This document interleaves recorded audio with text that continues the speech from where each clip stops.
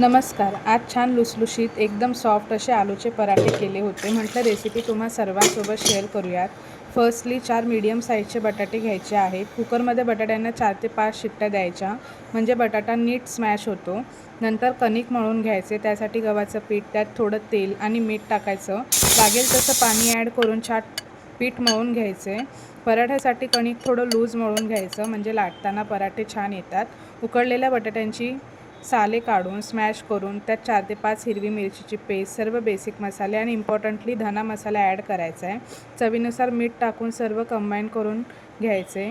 पीठ 10 minute rest करायला ठेवलेलं, त्याचे छोटे गोळे करून त्यात तयार केलेलं बटाट्याचं सारण भरून मस्तपैकी लाटून घ्यायचे आणि दोन्ही साईडने खरपूस भाजून तुपाची धार सोडून मस्त टम्म असा फुगलेला आलू पराठा एकदम गरम गरम खायचा. वरून तुम्ही लोणी, बटर पण घेऊ शकता. सॉस, चटणी, दहीसोबत अजूनच टेस्टी लागतो.